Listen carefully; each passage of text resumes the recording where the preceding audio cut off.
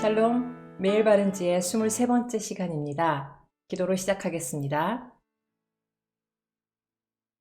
사랑이 많으신 아버지 하나님, 벌써 23번째 매일 바른 지의 시간이 되었습니다. 지난날 주님께서 또한 저희들과 함께 동행하신 줄 믿습니다. 지혜로우신 주님께서 오늘도 말씀하여 주시고 저희들과 함께하여 주시옵소서. 이 모든 말씀 우리 주 예수 그리스도 이름으로 기도드렸습니다. 아멘. 네, 오늘은 잠언 23장 말씀입니다. 잠언 23장 17절하고 18절을 함께 읽도록 하겠습니다. 내 마음으로 죄인의 형통을 부러워하지 말고 항상 여호와를 경외하라. 정령이 내 장래가 있겠고 내 소망이 끊어지지 아니하리라. 아멘. 코로나가 1월부터 시작해서 벌써 11월이 되었고 이 11개월 동안 지속되는 요즘이 참 살기 어려운 시대임을 우리가 봅니다. 무엇보다 대중의 이름으로 악한 것을 향해서는 반대함으로 열려있는 혼란스러운 문화는 더욱 우리들의 마음을 힘들게 하죠. 특히 오늘날 우리나라의 술 문화와 같은 쾌락은 너무 심각합니다. 술을 많이 마시다 못해 대학교나 직장에서 분위기를 위해 모두 술을 마시도록 강요하고 술에 취해 주위에 피해를 입히는 경우가 많습니다. 이런 과음으로 인한 모습이 오늘 본문인 잠언 23장 20절, 21절과 29절에서 35절까지 잘 표현되고 있습니다. 이렇게 술에 취해 쾌락을 탐하며 자신뿐만 아니라 타인에게까지 피해를 입히는 모습들은 사람들의 어리석은 대표적인 모습이죠. 이성까지도 술에 빼앗겨서 죄를 죄로 생각하지 못하게 만들고 그런 죄에 이끌리는 자신들의 모습을 술이라는 이유로 책임지지 않으려고 합니다. 이런 모습이 얼마나 악한 모습인지 우리는 잘 압니다. 하지만 우리의 남아있는 옛 본성은 그 죄인들의 거침없는 모습을 부러워할 때가 간혹 있습니다. 특히 힘들 때 그런 죄인들의 모습을 따라하고 싶은 유혹이 생기곤 하죠. 술이라는 것은 세상에서 나타나는 중독의 대표적인 형태입니다. 자신들의 해결되지 않는 여러 문제들로부터의 도피를 위해 가져오는 문화 중 하나이죠. 그런 것은 비단 술뿐만이 아니라 성적인 쾌락 등 또 다른 형태의 세상적인 쾌락들이 있습니다. 하지만 오늘 말씀은 그것들로 자유를 누리는 것처럼 보이는 그들을 부러워하지 말고 항상 여호와를 경외하라고 말하고 있습니다. 사실 술 취함과 같은 세상적인 쾌락은 작정하고 우리 마음을 뒤집어 놓으려는 사단의 전략입니다. 그러나 18절에서 세상의 쾌락만을 따르는 죄인들의 모습과 달리 하나님을 따르는 우리에겐 장래가 있으며 소망이 끊어지지 않는다고 말합니다. 솔직히 이 말씀이 아니더라도 우리는 악한 자의 결말을 압니다. 장기적으로 보면 분명히 그들의 삶이 어떻게 될지 예측이 됩니다.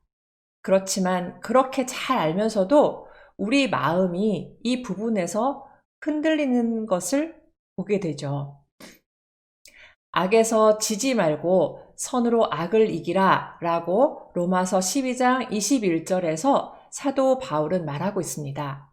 어떻게 우리는 선으로 악을 이길 수 있습니까? 어떻게 사단의 그런 유혹을 우리는 이길 수 있을까요? 여기서 지혜자는 답을 줍니다. 그 답은 부러워하지 말고에 있는 것이 아니라 항상 여호와를 경외하라 라는 것입니다. 죄인을 보지 말라고 말하는 것이 아닙니다.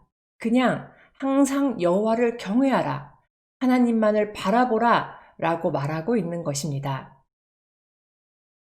믿기만 하면 구원받는다고 말하면서 자신의 타고난 본성은 고칠 수 없다고 말하는 사람들도 우리는 봅니다. 이와 같이 행함이 없는 믿음은 그 자체가 죽은 것이라. 지난번에 매일 바른 순종에서 야고보서의 말씀을 통해 살펴보았듯이 믿음과 행함이 절대 구분되어져 있는 것은 아닙니다. 구원은 받았지만 본성은 고칠 수 없다고 하는 것은 결코 믿음의 모습이 아닙니다. 우리는 지난 매일 바른 순종의 시간을 통해 이 사실을 분명히 들었고 알고 있습니다. 우리에게 복음은 무엇을 가리킵니까? 복음은 바로 예수 그리스도이십니다. 그 복음이신 예수님께서 마태복음 28장 20절에서 말씀하셨습니다.